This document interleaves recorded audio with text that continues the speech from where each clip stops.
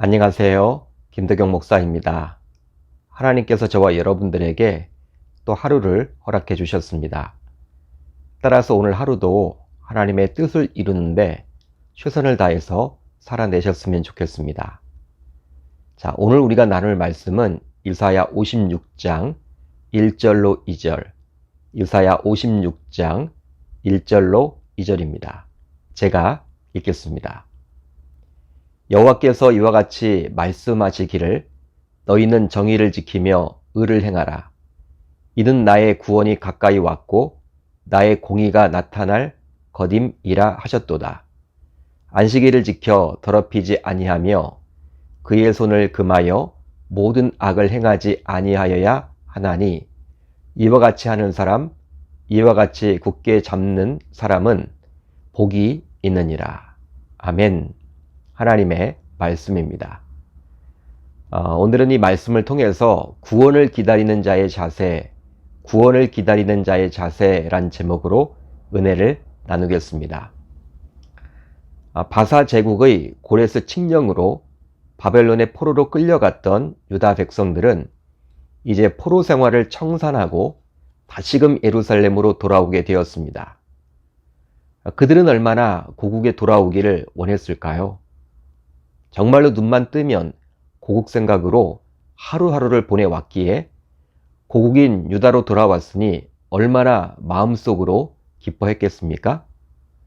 하지만 돌아온 백성들은 실망할 수밖에 없었습니다. 왜냐하면 고국으로 돌아왔지만 어떤 극적인 상황 변화가 눈에 보이지 않았기 때문이죠. 그러다 보니 어떤 여호와의 통치도 눈에 보이지 않았으며 하나님의 약속에 대한 신뢰가 무너지면서 하나님에 대한 회의가 싹트기 시작했죠. 즉 하나님에 대한 기대가 컸던 만큼 그 기대가 실현되지 않게 되자 이제 하나님에 대한 불충한 의심까지 하게 되었습니다. 이런 백성들의 마음을 모를 리가 없는 하나님께서는 지체된 구원에 대한 답을 이사야 선지자를 통해서 말씀해 주셨는데요. 바로 예루살렘의 회복, 즉 구원이 지체된 것은 하나님의 능력의 부재 때문이 결코 아니며 오히려 유다 백성들이 하나님의 계명을 무시했기에 벌어진 결과라는 것이죠. 즉 유다 백성들은 몸만 돌아왔을 뿐 그들은 여전히 하나님의 정의, 하나님의 말씀, 하나님의 규례를 지키고 있지 않았습니다. 자, 오늘 말씀 1절을 볼까요? 여호와께서 이와 같이 말씀하시기를 너희는 정의를 지키며 의를 행하라. 이는 나의 구원이 가까이 왔고 나의 공의가 나타날 거dim이라 하셨도다. 하나님께서는 구원이 가까이 왔고 공의는 곧 나타날 것이니 유다 백성들은 그 구원을 기다리며 다음과 같은 자세를 취해야만 한다라고 말씀해 주셨습니다. 바로 정의를 지키며 의를 행하라는 것이죠. 여기서 말씀하시는 정의나 의가 과연 무엇인지는 잘 알 수 없습니다. 하지만 분명한 것은 하나님의 구원을 기다리는 자세임은 틀림이 없겠죠. 따라서 유다 백성들은 정의를 지키고 의를 실천하면서 하나님께서 베푸실 구원과 공의가 가까이 왔음을 반드시 기억하며 그 모습이 다 드러날 때까지 기다릴 수 있어야만 하는 것이죠. 그렇다면 이 구절에서 언급된 정의 그리고 의는 과연 무엇일까요?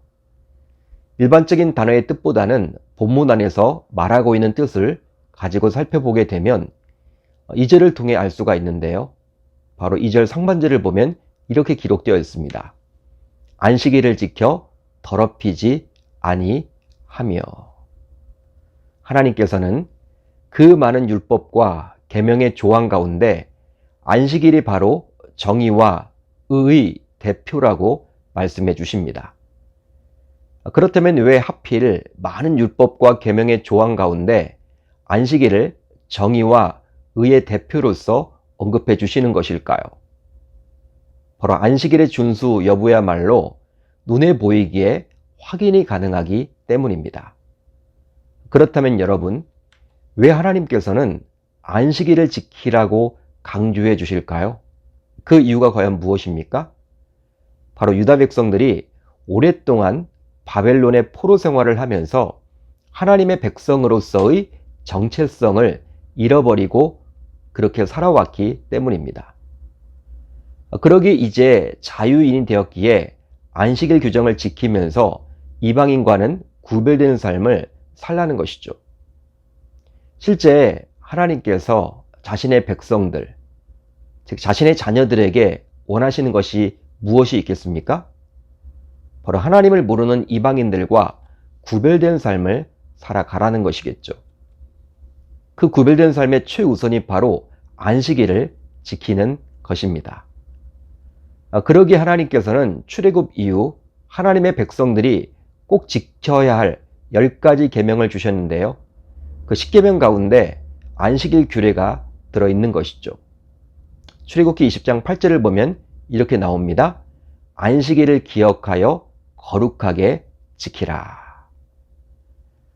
그렇다면 왜 하나님께서는 안식일을 중요하게 여기시는 걸까요? 바로 안식일은 하나님의 날이고 하나님의 주권을 선포하는 날이기 때문입니다. 따라서 하나님께서 안식일을 더럽히지 말라고 하신 말씀은 단지 일을 하느냐 하지 않느냐의 문제가 아니라 백성의 삶이 하나님 중심으로 돌아왔느냐의 문제와 관련이 깊습니다. 그렇습니다. 안식일을 지킨 자는 그 안식일을 지키라는 하나님의 말씀에 순종한 자이기에 하나님을 하나님으로 인정한 자라고 볼 수도 있겠죠. 그러기에 안식일을 온전히 지킨 자는 다른 계명도 지킬 수가 있지만 안식일을 지키지 않는 자는 다른 계명도 지킬 수가 없는 것입니다. 따라서 하나님께서는 이 안식일 규정을 중히 여기는 것이죠. 그러기에 신약시대를 살고 있는 저와 여러분들은 주일을 이제 안식일로 삼아서 지키고 있는데요.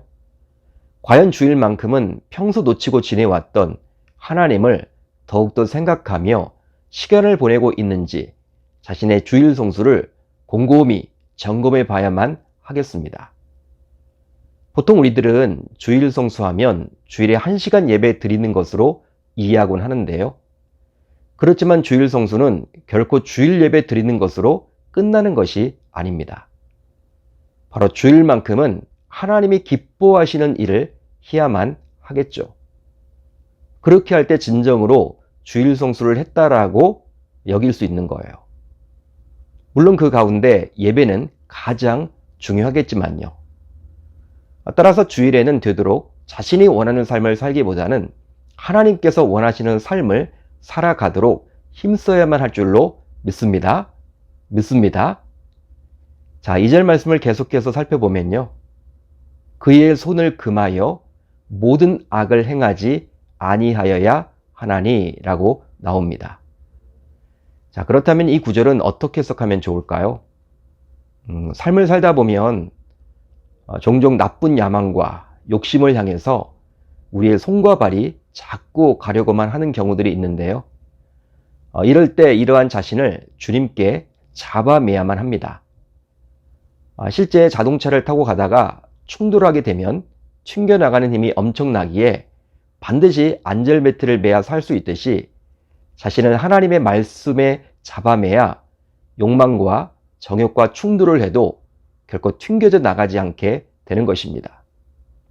여러분, 손을 금하여 악을 행하지 않겠다라고 아무리 다짐하고 스스로 결단해도 아무 소용이 없는 거예요. 바로 하나님의 말씀에 자신을 단단히 매야만 하는 것이죠. 그렇다면 말씀에 자신을 맨다라는 것은 어떤 의미를 담고 있습니까? 바로 말씀 듣기와 말씀 읽기를 삶에서 가장 중요한 일로 여기는 것입니다. 그렇게 하면 우리 마음에 말씀의 벨트가 채워져서 어떤 유혹과 환난을 만나더라도 넉넉하게 이겨낼 수가 있는 것이죠. 사랑하는 성도 여러분, 이처럼 철저하게 주일 성수를 함으로 하나님 중심의 삶을 살고 밥 먹고 돈 벌고 공부하는 것보다도 말씀을 듣고 말씀을 읽는 것을 최우선으로 삼는 인생은 결국 하나님께서 다음과 같이 해주시겠다라고 약속해 주시는데요. 자, 2절 하반절을 보면 이렇게 기록이 되어 있죠. 이와 같이 하는 사람, 이와 같이 굳게 잡는 사람은 복이 있느니라. 아멘. 하나님께서는 바로 복이 있느니라 라고 약속해 주십니다. 복이 있다. 따라서 저와 여러분들도 이제 구원을 기다리는 자로서 주일 성수, 즉 하나님 중심의 삶, 그리고 말씀 중심의 삶을 살아내므로 이 세상의 시험을 이기고 하나님께서 주시는 복된 인생을 살아내야만 할 줄로 믿습니다. 자, 이제 우리 공동체가 함께 나눌 기도 제목을 나누겠는데요. 2가지입니다. 우선 첫 번째로, 아무리 바쁘더라도 주일 성수와 말씀 중심의 삶을 반드시 살아내게 하소서. 다음으로, 올 하루도 우리 마음에 하나님께서 부어주시는 참 평안이 있게 하소서. 올 하루도 말씀을 붙잡고 기도하는 가운데 하나님의 세밀한 음성을 듣는 저와 여러분들이 다 되셨으면 좋겠습니다.